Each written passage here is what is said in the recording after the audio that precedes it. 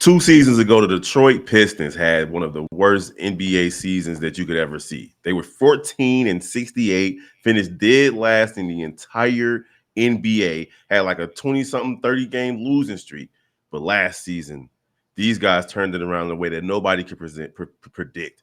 They went from the worst team in the league to number 6 overall in the Eastern Conference, only to lose in the first round in a very competitive series versus the New York Knicks, in a series where they could have won that game if a couple of basketballs could have gone their way. And now this season coming up, me and Dub want to know what would be considered a successful season for the Detroit Pistons. We're going to talk about it right after the intro. Welcome to the number one place for your daily basketball news and analysis, NBA Central.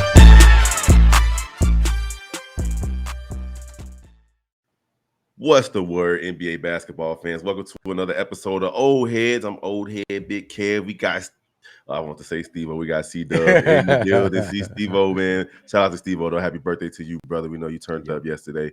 But listen, CDuB, I'm telling you, I had no idea that the Detroit Pistons have the marketed turnaround that they had last season, bro. They went from 14 wins to 44 wins last season. It was crazy to see because they looked like they were just going to be in the basement of the NBA for like the next 5 or 6 years. Yeah. But they made big moves last offseason. They brought in your boy from Philly. He was playing on Philly. I can't think of his name, but it was the one Jimmy Butler was mad at all that time.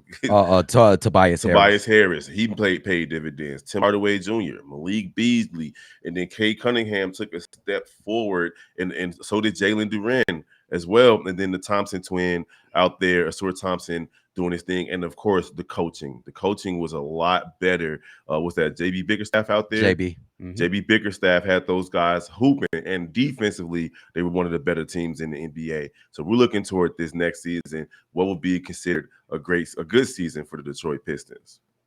I think making it out of the first round of the playoffs, and I'm just keeping it light for the Detroit. Usually, when teams that sees a lot of bad things, a lot of unfortunate luck, like the Detroit Pistons have been having since fucking Chauncey Billups and Ben Wallace and them.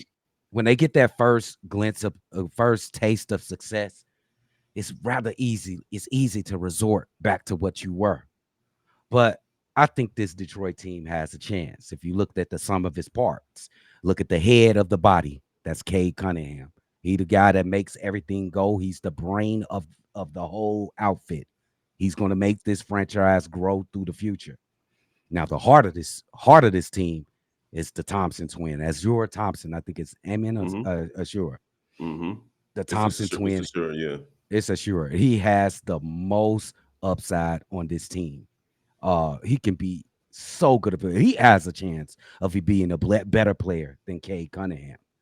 So, with the sum of his parts adding on, you got guys like Beasley. We'll talk about him in a little bit.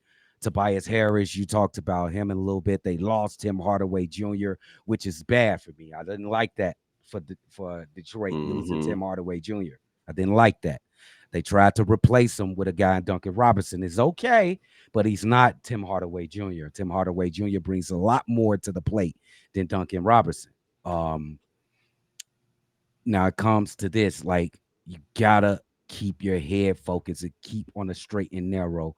This Beasley thing can railroad this franchise, bro. It can railroad it.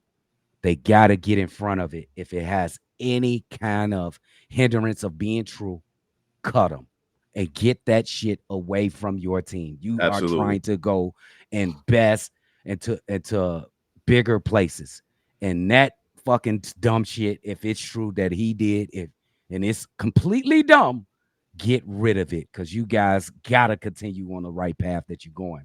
And what I think what this team needs to do is take baby steps. Don't try to go all the way and think you're going to win a championship in this year or the next year. Take these baby steps. Win the first round of the playoffs. Then try to get to the Eastern Conference Finals. Then try to win the NBA Finals. You still got to fix this team. I'm good with the Durant.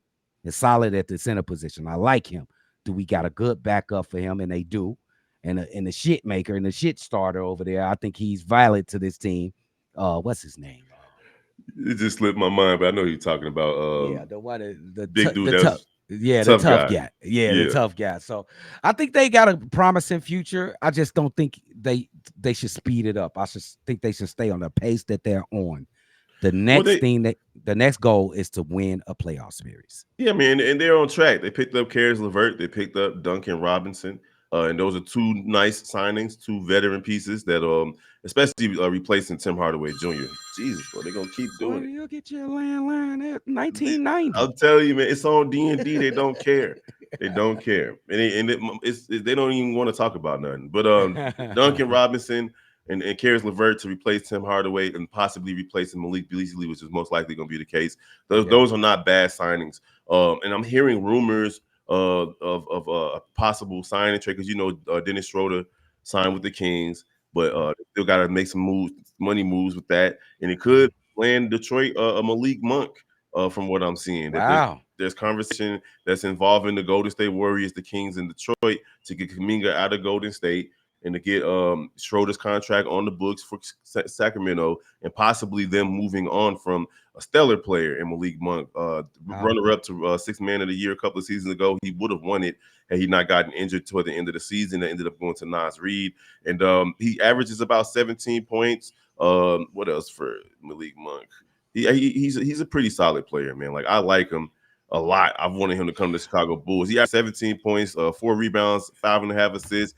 You think that'll fast forward their Yeah, program, absolutely, or absolutely. Especially considering the Eastern Conference is somewhat wide open. This next season with all the injuries that teams have been dealing with, players are going to be out for the entire season in some cases. And a team like the Detroit Pistons could make a Atlanta type run. You remember Atlanta made it all the way to the Eastern Conference Finals in early Trae Young's career. A Malik Monk signing, adding him to that bench or to the starting rotation because he's good in either situation, would definitely fast forward their expectations, in my opinion. definitely, I'll definitely bring him off the bench. I think that's where he's most effective. I think you pretty much got your starting lineup solid with the Detroit Pistons. I think you bolster the bench with that extra firepower. Probably one of the best bench players in the entire NBA, and that doesn't. Not to be down on his name, but being a bench player, that everybody can't start. You know what I'm saying? That doesn't mean anything. So, and that's an interesting move for Sacramento, because I I agree with that move, because you can't have all three of those guys, DeMar, Zach, and Malik Monk. I think they all play like the same. Yeah, I think they all play the same. But this Detroit team is they're gonna have to be very careful. Don't go all in. It's just me. Don't try to overdo it and try to win a championship next year, because you can ruin your future. Like, don't ruin this, bro. Don't lose Durant. Who is their core? Give me their core. It's definitely Cunningham, Durant. I think they want Jaden Ivey to be a part of their core. And Thompson. And Thompson, though. Thompson's definitely, and Thompson for sure. I think they end up eventually have to get rid of the what was that guy you just named coming Jaden off the bench? Ivey. Jaden Ivey. You might have to just get rid of him and get somebody well suitable to be a backup for Cade Cunningham. I think he's too good to be a backup for Cade Cunningham. That's probably a problem for Detroit. You want to get somebody that can complement Cade Cunningham on that team, not somebody that's going to challenge him and compete against him, because there's really no competing. You know, Isaiah Stewart is also a part of it. That's the guy you were talking about earlier, but he's also a part of their core, at least until he plays his way off the team or fights his way off the team. So you saying the core is Cunningham, Durant, Thompson, and Stewart. Mm-hmm. Okay. Do you see JB being the leader of that core? With that core, would you have the coach to lead that core into the future? Is JB that guy? Oh, listen, man. We just mentioned the numbers. They went from 14 wins to 44 wins. They had a 30-game losing streak. They went from the worst team in the league to basically having a defensive stance that was like, wow, these guys are playing early Tom Thibodeau type defense. The Detroit Pistons, they were holding teams to 113 points a game this season. And that's crazy in this NBA where some teams put up Please say that. Yeah, because they're putting up 115, 120. Cleveland led the league with 121 points a game. So Damn. like, yeah. So you looking at teams that hell, the Denver Nuggets were the number 4 seed out west, and they averaged 120. They'll be So, the old heads, bro. Like, remember back in the 90s? What if a team giving up 115 points a game in the 90s? bro, a team giving up 95 points a game. You What are we know? talking about? Like the playoffs, I'd be looking at some of these playoff numbers, like when Kobe and them was going at it with the Boston Celtics, and the score was like 86 to 83. Yeah, Like bro. Like, bro, pace that's is half a different, game. but pace is so different now. It Like is. it's just teams are shooting 43s a game just on average, and if you hit 15 of them, that's a big difference. Teams are taking 120 shots a game, Yeah. So And this is why I brought this up. This is a good segue into this. They're eventually going to have to get some more scoring on this team. oh That's yeah. why I mentioned the core group of the guys that you absolutely would not do away with. You're going to have to find some guys that can put more points on the board And that's on why this team. Malik Monk sign and Yes. trade would be incredible. Like it would definitely, as we said a few seconds ago, speed up the process because he can put that ball in the basket. I've liked this kid since Kentucky. Yes. He's been really good everywhere that he's played in the NBA. He's been really good. Yeah. Charlotte, I think he was at Charlotte, then he He was went to in Charlotte. Sacramento, and Mhm. now he's looking to be moved again. I would love for him to be a Chicago Bull. That's just how I feel about the kid, but it ain't gonna happen. The Bulls don't do stuff like that. But if the Detroit Pistons were able to get him, bro, like they would definitely especially off the bench, right? Because Cade Cunningham can score the basketball. Yeah. Tobias Harris can score in bunches. Thompson and the rest of those guys are gonna do what they do. But off the bench, that's where they're struggling, man. Malik Beasley was big for them last year. Big dude. Like big. He led the league in 3-point percentage, if I'm not mistaken, or at least he was at the top. He was He up had the there most around. makes too until the last night when Anthony Edwards overtook him in the last game of the season and made the most threes. But he made the second most threes in the NBA last year. And speaking, touching on the Malik Beasley topic, bro, it's like it's very unfortunate for the Detroit Pistons because he was going to be a part of their core as well. They I were agree. offering him a 3-year, $40-something million contract. They were going to have him be their go-to shooter, and he was that go-to shooter He was last that guy. season. And now they're replacing him with Duncan Robinson, who is just basically inconsistent. He's consistent, but inconsistent at the same time. Consistently inconsistent. Yeah, I mean, because that's how it was with the Miami Heat, right? You'll see him come in and hit 200 threes in a season, and then you'll see him come and be buried on the bench. So well, what's for certain though, he Kev, can is definitely you gonna have to pay attention to him though. Yeah, he can shoot that thing. So you gotta pay attention. He's gonna give you that. Yeah, he's gonna space the floor when he plays though, because JB is gonna want you to go out there and play hard, play defense as well. And if Duncan can play his way into favor, because he played his way into and out of favor in Miami over the 7 years that he played there, he cannot have that up and down approach over the next 3 years because his contract isn't fully guaranteed with the Detroit Pistons either. So he can definitely play his way right to the bottom of the bench, and we've seen it before. They also picked up. I'm looking at the draft pick. Playoff teams. I really don't like to add their draft picks because they're already too good. Let me look at the draft pick. Hold on, 1 sec. They picked Sant from wait. Okay, they pick up Chaz Lanier, drafted in the second round with the 37th overall. He's like a shooter too.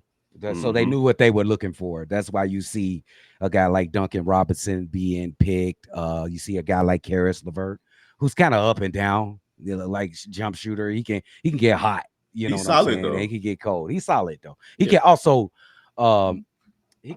isolate and make his own shot. He can also get his own shot. So yeah, Karis LeVert was SGA before SGA. Don't you dare, hold on, Joe. Don't you dare. No. You can't do that, bro. They're gonna really think we all heads. But he was though. No. I'm talking about Karis LeVert that played for the Brooklyn Nets, bro. He was that dude. No, he was. No, I'm not giving you that. No. He's 6'6", bro. He was I don't listen. give a damn how tall he can be 7'7". I don't give a shit. He ain't SGA ever. Hold on, let me look because I could be really tweaking, but You early tweaking. early in his career for the Nets, he was that dude in my opinion. I thought he was He on a came out of you're right. he- I remember that time. He came out of yeah. G League and he had that big like a 10-game span. As soon as he came in, he was averaging like 25, Mhm. 27 points. Yeah, he had a good breakout, but where is he at now?